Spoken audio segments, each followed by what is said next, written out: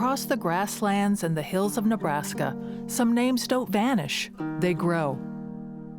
In the 1990s, near Calamus Reservoir State Recreation Area in Rock County, a forest of sorts was planted across the rolling grasslands, but not the dense kind one might imagine. Dale Sostad cultivated over 80,000 trees between 1992 and 2010, nearly all planted by machine and irrigated with 6 pivots to help them thrive. Sostad Forest is a signature of trees, a living tribute, set within a broader area of conservation plantings.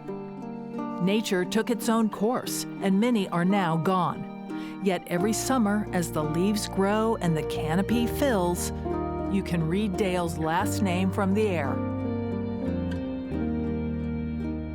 Just 24 miles west, another family name lives on in Cedar. On ground handed down through generations, Dale and Audrey Caskey raised 3 daughters. A careful steward of the land, Dale planted trees not just for function, but for legacy. And as a father of girls, Dale found a creative way to ensure his family name would carry on. Shaped by time and manicured by nature, the Caskey name lives on.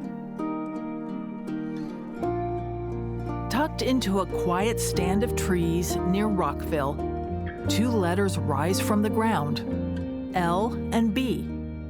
In the mid-70s, Lawrence Burman, a teacher and photographer, set out to plant a living tribute to his parents and to himself. With 5 friends and a couple of post hole diggers, they put more than 800 trees in the ground in a single evening. Over the next 14 years, Lawrence planted more than 10,000 trees and shrubs, all provided by Nebraska's Natural Resource District. His goal was simple: give back to the land, creating shelter, windbreaks, erosion control, and habitat for wildlife. In 1967, Nebraska marked the 100th anniversary of its statehood, a milestone honored in communities across the state. In Fullerton, members of the Future Farmers of America planted a grove of evergreens to honor the centennial. And in Hickman, at Wagon Train Lake State Recreation Area, local youth groups planted their own tribute. The numbers have since faded into the forest, but the spirit of that centennial planting remains. In a state once called the Tree Planter State and the birthplace of Arbor Day, our roots continue to grow in unexpected ways. In a peaceful forest, planted 1 tree at a time, or as a signature, visible only from the sky and lasting for as long as nature allows.